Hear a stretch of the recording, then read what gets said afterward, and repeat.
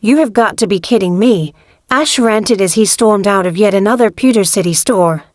How can this whole city not sell any? Wow, what's got you riled up? Brock asked. I think I've been to just about every store here, and not one sells any TMs. Not one, he threw his arms up. It's ridiculous. You do remember that the mall in Celadon City is the only place in the Kanto area that sells them, right? Quote. He stood silently, looking unnervingly calm, before facepalming and letting a string of muffled obscenities. Pretty sure it's illegal to do that to someone with avocados and a mudbray regardless of region, Ash. Plus, I think they just assumed trainers would know anyway. Brock quickly cut him off. And yes, I know why, assuming isn't a good thing. There you are, the Pewter City officer Jenny spoke up once she got near. I got word of someone running from store to store like a madman. The owners were saying you were looking ready to rampage like a primate after the 5th one. Just glad it's just them exaggerating. I don't know about rampaging, but your beauty is making my heart go into a frenzy. Brock cried out, taking her hand as hearts fluttered around his eyes, much to her disconcert. Misty, Ash scooched over while Brock started his long history of flirting. Any chance you could order some for me? You're a gym leader as well. Even if that was allowed, Ash, her voice dropped to a whisper, the only place I'd be able to order them from is the Cerulean Gym, and that's where they'd be delivered to as well. Reet, Jenny lightly tugged her hand. I have to get back to work. Heading there anyway for the badge, he replied. Your sisters aren't as bad as they were before, are they? No, thankfully. Provided they remembered to get all the Pokémon checked out, they should give you a decent fight for it. Speaking of Cerulean, that means we'll be heading across MT. Moon again, doesn't it? You think Team Rocket'll try to catch all the Clefairy in the Moonstone again? Ash shrugged and winced when Jenny's Growlithe chomped Brock on the seat of his pants to make him finally let go of his owner. Ouch, Brock's gonna be sitting funny for a bit. As for Rocket, I'm not too sure. They did seem to recognize us a little, but we'll have to see what happens. Bye guys, make sure Dad behaves, Brock called back to his siblings after announcing he'd be traveling with Ash and Misty. The kids all said their goodbyes, while Flint looked gobsmacked at the list he'd been given concerning his children's quirks. Cold spaghetti, really, the man mumbled to himself. It was a couple of hours later, and anyone within range would have heard multiple explosions in the woods en route to the mountain, along with a tree or 5 toppling. Think that was overkill, Sky. Ash coughed as the smoke cleared from her latest hyper beam, revealing the blessed zone and shattered wood rock pieces. You said make sure they get a good look at it, she responded, before turning to Butterfree. Okay, what exactly are you having them do? Brock asked while they stopped for lunch. He cringed a little when Butterfree's attempt to do similar ended in him knocking himself for a loop from recoil. Sky's teaching Scorch and Butterfree Hyper Beam. Scorch is showing new OWTH and Pikachu Seismic Toss. Pikachu's teaching them Iron Tail, and Nuo's teaching everyone Reflector Light Screen. Ash ticked off the moves on his hand while Pikachu worked on trying to heft up a log that, while it was only a few feet long, was as big around as he was. *UNF, and he makes this look way easier. The electric mouse muttered, struggling to try and hoist it up for a throw. Look who's talking now, Scorch responded, holding his now sore tail after another failed attempt to break the rock he'd been hitting. Could be HNNNGG, worse.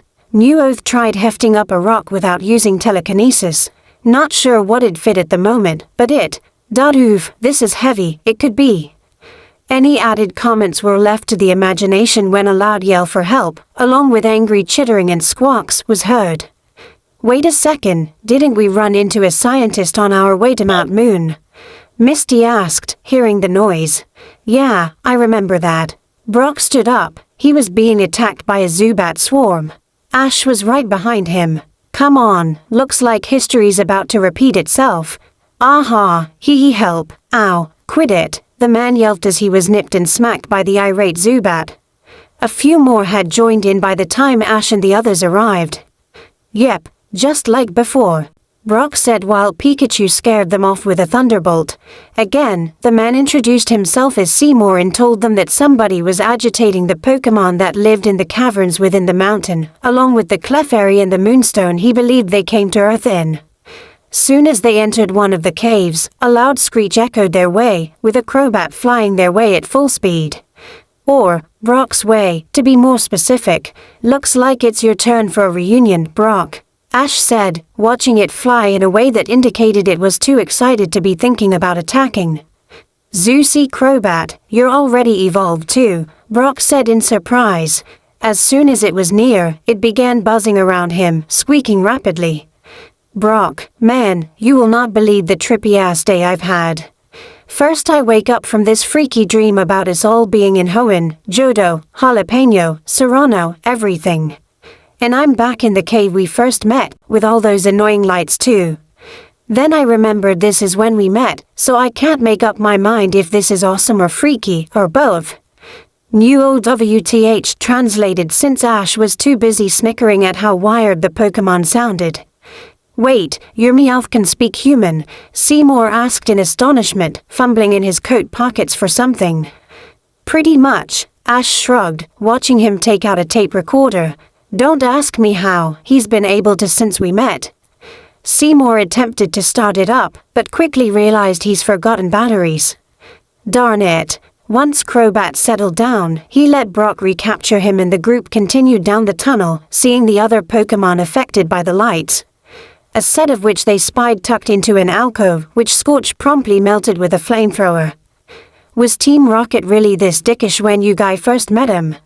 He asked, hearing the sounds of relief several of the wild Pokémon made when it darkened. Kinda, they were a little bit smarter, too. Pikachu tapped his head. Maybe all that, blasting off, dislodged something. Maybe that explains why they always seem to go with pitfalls and cross-dressing. Butterfree added, although, James does seem to pull off the evening gowns way better than Jessie. Further down, they began hearing light singing, Clefairy, Clefairy. Guys, look, Misty pointed toward a Clefairy who was bouncing along nearby, carrying a shiny-looking rock. Well, you're another familiar face, Ash thought, re-adding the fairy type to his Pokédex. Pikachu, think you can ask if that one'll help us hunt down the lights and possibly the ones responsible. Worth a shot, Pikachu walked over and got its attention. The two carried on a quiet discussion for a couple of minutes, with the Clefairy giving them all a more relaxed reception as it went on.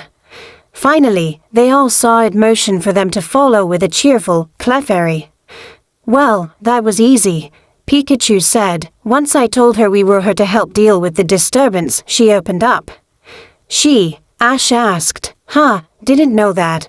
Well, Clefairy are a primarily female Pokémon, Seymour said, but, how did you know your Pikachu was telling you that? When you're around a Pokémon long enough, you pick up on things. Brock answered as they got in step behind her. Meow, papa papa pop pop, asterisk, thud, asterisk, OWW. Meowth groaned from the spot he hit after a flurry of wing attacks, courtesy of Crobat. Tink I just lost a tooth. Sorry, still a little jumpy, Crobat chirped sheepishly, but you can't just jump out at a fella like that. Yep, it's Meowth, Ash sighed, hoisting the dazed feline up by the scruff of his neck. Couldn't resist, could you? He let out a weak laugh. Hey, would ya believe me if I said I told ya was that pizza guy? Prepare for trouble, make it double, we know it's you guys. Misty hollered, just give it a rest. Oh, come on, it's not the same without our motto. James protested. Jessie stood beside him, sulking a little at being interrupted. Yeah, we have to get in character. What motto are they talking about? New OWTH asked. What do you mean, what motto? The two Rockets looked scandalized. It's the whole premise of what our mission statement is. May as well let them do it, Misty. Brock patted her shoulder. It's their spiel. She looked reluctant at first, before, fine, just hurry. Thank you. Now, where were we? James limbered up. Oddly enough, that brings back memories. Ash commented when they were done. Misty, however, was unimpressed. still miffed about falling for those damn costumes, she whispered, rather campy, but in a pleasant way. New OWTH chuckled. Now that that's answered, why are you three aggravating the Pokémon like this?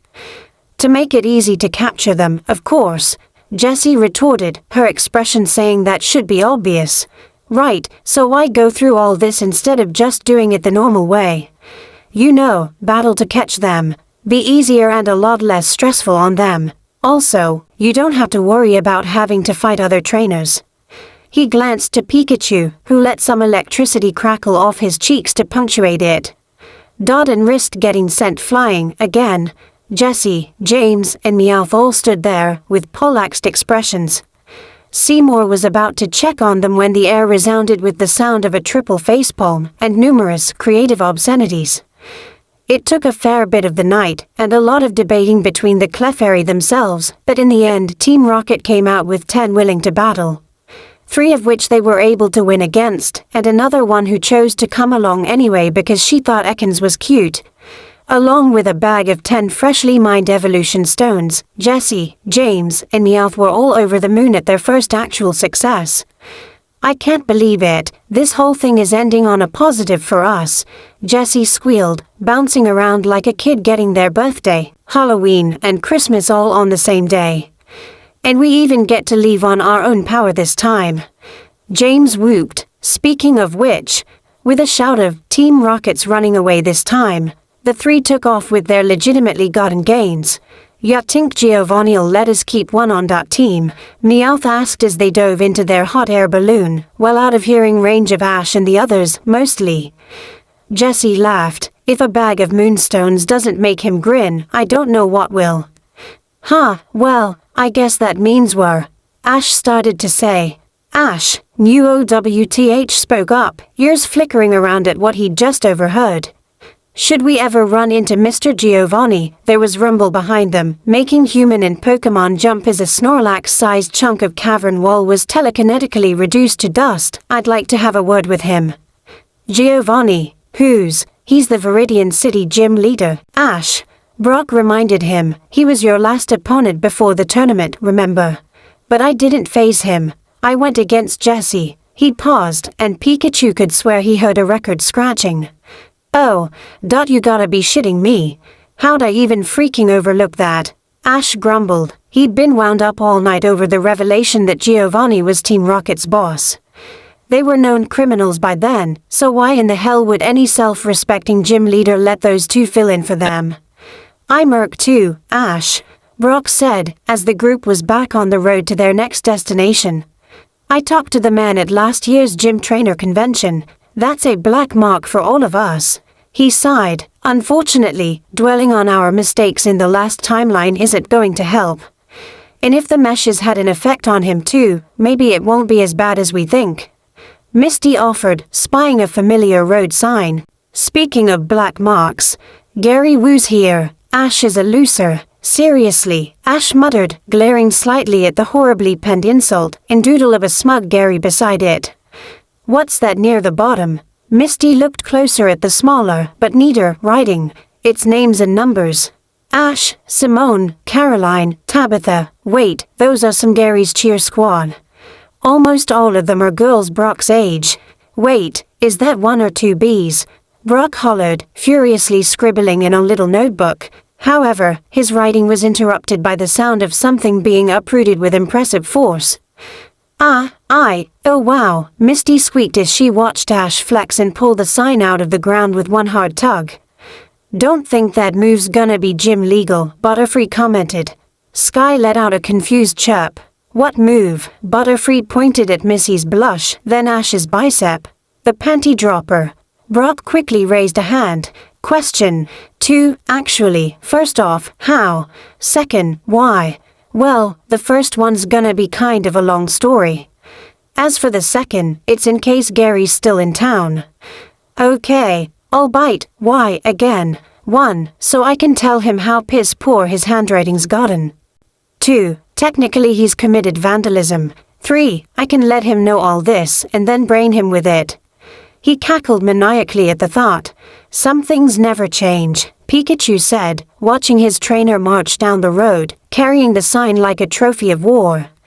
Yes, I shouldn't be surprised, Ash grumbled after the Cerulean officer Jenny confiscated the road sign. Apparently Gary and his entourage had left as soon as they were done with the gym, which was yesterday. Taking a car just seems like a really lazy way to do it. Misty muttered. She'd always heard the journey between gyms, and all the experiences that went with it, was just as important as the badges themselves. He could at least try driving it himself. Well, he'll be getting a ticket in the mail for graffiti anyway. Brock offered, before giving Ash a look. Now, sign yanking, make with the explainy. I'm more than a little curious about that as well. Misty ran a hand over his arm. Sweet mama, I'm still getting used to you being this muscled. Well, after I was put back together, Arceus decided to train me up a little in using aura. Turns out it can act as a strength booster. I can dent a steel plate with a punch. Ash grinned, but it hurts like hell for now. Now, Brock asked weakly, while Misty started giggling perversely. New OWTH nodded. He'll just continue getting stronger as he trains. Yeah, listen, maybe we better get to the gym before she starts leaving a trail. Pikachu gestured to Misty, who is now starting to drool. In more ways than one.